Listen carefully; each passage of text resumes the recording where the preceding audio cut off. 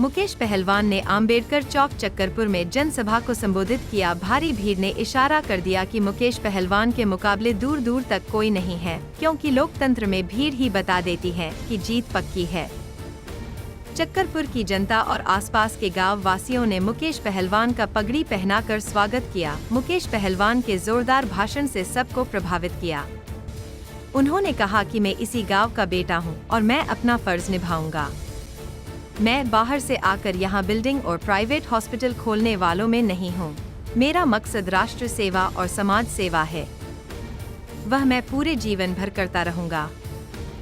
उनका एक ही जुनून था कि जीवन में हम संघर्ष करें, संघर्ष करें, संघर्ष करें। और उस संघर्ष के साथ बाबा साहब ने स्वयं कहा, ना कोई किसी शक्ति की जरूरत है, और वो शक्ति सिर्फ एक है, वो मैन पावर की शक्ति है।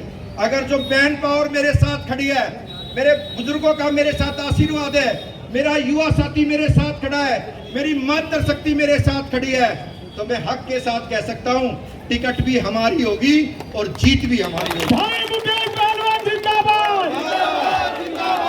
जब तीसरी दफा मोदी जी देश के प्रधानमंत्री बन सकते हैं, तो नायब सिंह सैनी हरियाणा के मुख्यमंत्री भी बन सकते हैं और आपका बेटा विधायक भी बन सकता है।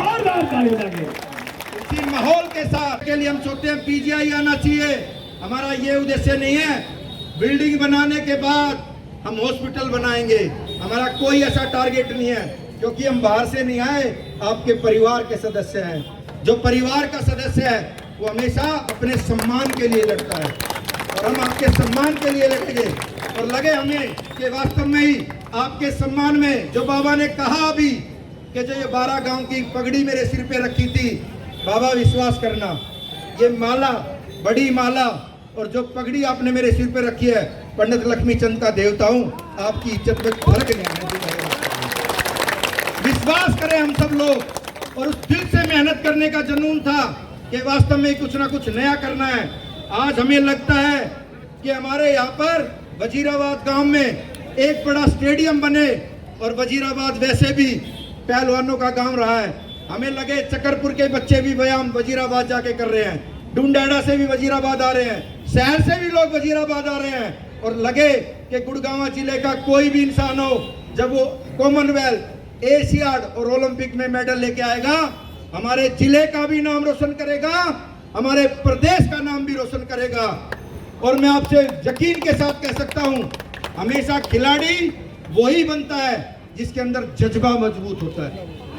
अभी मैं जब मेरे पास एक भाई, जब मैं रोड शो में आ रहा था, राजबब्बर का पता भी ना चलेगा कहां चला गया, और वही हुआ।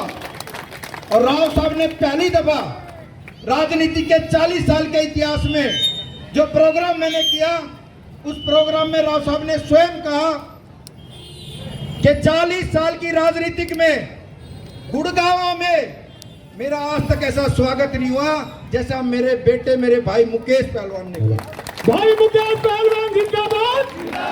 और सिर्फ कारण क्या, सिर्फ एक ही कारण था, उनको विश्वास था हर इंसान बदल सकता है, लेकिन ये चट्टान की तरह राव साहब के पीछे खड़ा हूं, राव साहब के पीछे खड़ा रहूंगा। के साथ हम सब लोगों को लगा कि वास्तव में ही ये कार्य है, और हम गर्व से कह सकते हैं 2014 में नरेंद्र मोदी जी ने राव इंद्रजीत को टिकट दी, और उस टाइम में बादशाहपुर से तैयारी कर रहा था। राव साहब को 1,35,000 वोटों से बादशाहपुर जिताया 14 में। फिर उसके बाद किसकी होनी चाहिए, थोड़ी तेज बोले, 25 साल की तपस्या।